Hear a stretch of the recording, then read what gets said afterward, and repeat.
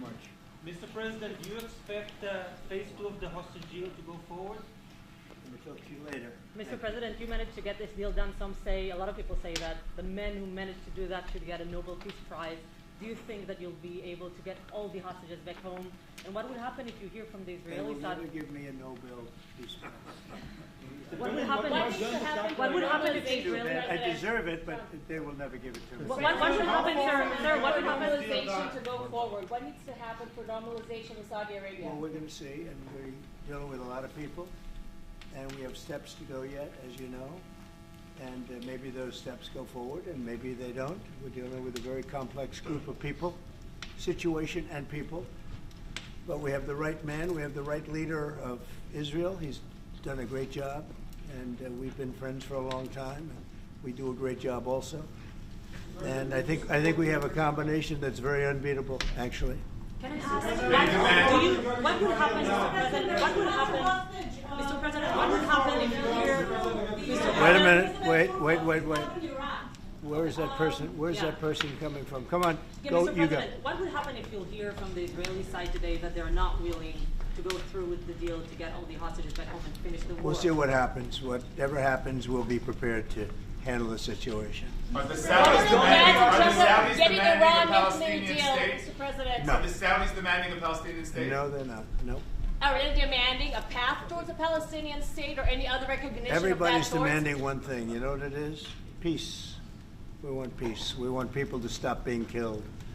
But everybody's demanding one thing. Very simple, peace. And he wants peace also.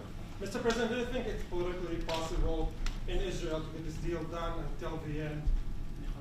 To get the deal done? Yeah. Sure. I mean, is it politically Why wouldn't a deal get done? A deal can get done. We'll see what happens. We're dealing with very complicated people. But a deal can absolutely get done. President, Israeli strike on Iran? We'll see what happens. President Trump, I work for Prime Minister Netanyahu. We have heard Joe Biden and Donald Trump take credit for the hostage and ceasefire deal.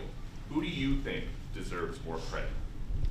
I think President Trump added great force and powerful leadership to this effort. I appreciate it. He sent a very good emissary. He's helped it along. And, you know, I'll just tell you, I'm happy that they're here. And I'm sure the President is happy that they're here.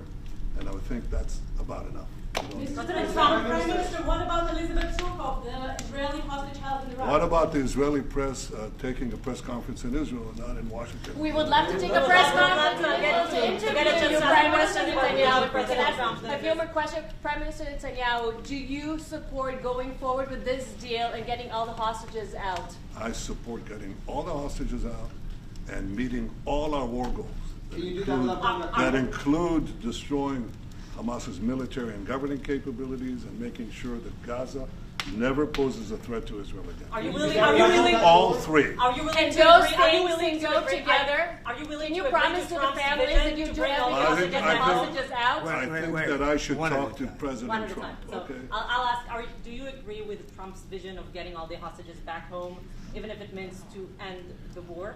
Well, I'm not sure that you articulate correctly what the President's vision is. You can ask, he can speak for himself. He does that very, very well. I have my own views, 3 goals, not 1, not 2, 3 goals, and I will meet all 3 goals. I think the President can help enormously. He brings fresh thinking. Any address to the Fresh fact thinking. that terrorists who murdered hundreds of people were listed their home as the part of the deal? It's a horrible thing. We can't forget it. I'll never forget it, and you can't forget it. And some people want to put it out of their memory, but we're not going to ever let that happen. It was a horrible day, October 7th. That was a horrible period of time.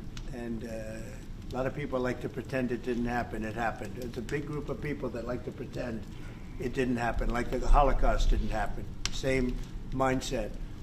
And no, we're going to get this thing wrapped up, and we're going to get it done. We're also dealing, I think, very successfully with Russia, Ukraine. We're going to hopefully get that one done at some point in the not too distant future. That's a complex problem also, but we solve problems. We'll You know, when I left, we had no problem. There was no Ukraine and Russia fighting. There was no October 7th. There was nothing. And some very poor leadership led to a lot of problems and a lot of death.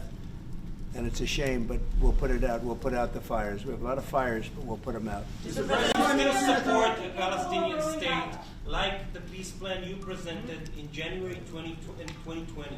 Is this plan still on the table? Well, a lot of plans change with time, and a lot of death has occurred since I left and now came back. This death occurred not while I was here, but while somebody else was here. It shouldn't have happened. They shouldn't have allowed it to happen. It would have never happened, and that includes Russia-Ukraine would have never happened. Not even a little bit, not even a chance. But now we are faced with a situation that's different, in some ways better and in some ways worse. But we're faced with a very complex and difficult situation, but we'll solve the problem. Mr. President, did you refugees get from Gaza, out of Gaza? If not Jordan, Egypt, what other countries you think might accept Palestinians from Gaza? Well, I think Jordan and Egypt will. I know they've spoken about it with you, and they say they're not going to accept. I say they will. But I think other countries will accept also.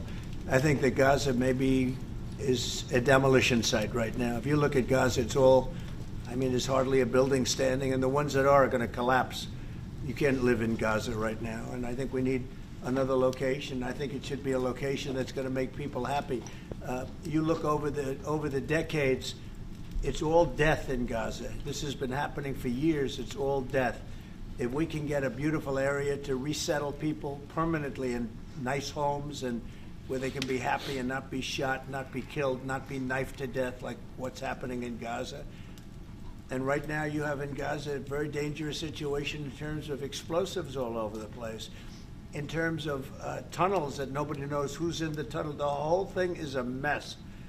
And I think that if we can resettle, and I believe we can do it in areas where the leaders currently say no. I mean, I've been saying that with Mexico, having to do with the border and all of the things, and you saw what happened, 10,000 soldiers, and they're going to do a good job. I really believe that, and I believe Canada is going to do a good job also. And they said the same thing, and then they did something much different than what you were hearing. This is a very, very difficult situation, but we're going to get it solved. I don't think people should be going back to Gaza. I think that Gaza has been very unlucky for them. They've lived like hell. They lived like you're living in hell. Gaza is not a place for people to be living. And the only reason they want to go back, and I believe this strongly, is because they have no alternative. What's the alternative? Go where? There's no other alternative. If they had an alternative, they'd much rather not go back to Gaza and live in a beautiful alternative that's safe. Mr. President,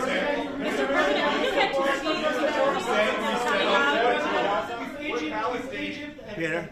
Would Palestinians have the right to return to Gaza if they left while the rebuilding was happening? It would be my hope that we could do something really nice, really good, where they wouldn't want to return. Why would they want to return? The place has been hell. It's been one of the meanest, toughest places on earth. And right now, I've seen every picture from every angle, better than if I were there. And nobody can live there. You can't live there. So if we can build them through massive amounts of money supplied by other people, very rich nations, and they're willing to supply it. If we can build something for them in one of the countries, and it could be Jordan, and it could be Egypt, it could be other countries, and you could build 4 or 5 or 6 areas. It doesn't have to be one area, but you take certain areas and you build really good quality housing, like a beautiful town, like someplace where they can live and not die, because Gaza is a guarantee that they're going to end up dying. The same thing's going to happen again. It's happened over and over again, and it's going to happen again as sure as you're standing there, Peter. So I hope that we could do something where they wouldn't want to go back. Who would want to go back? They've experienced nothing but death and destruction. What will you do if Egypt and Jordan tell you no? What will you do then? Well, I don't think they're going to tell me no. I don't think they're going to. What will you do? I think they're going to tell Biden no, and I think they're going to tell Other people, no. I So don't you think they'll- it will happen at the end? I think there's a good chance, yeah. How I'd like to many see it people happen. are you thinking about? All of them. I mean, we're talking All of the about guys. probably 1,000,007 people, 1,000,007, maybe 1,000,008. But I think all of them. I think they'll be resettled in areas where they can live a beautiful life and not be worried about dying every day.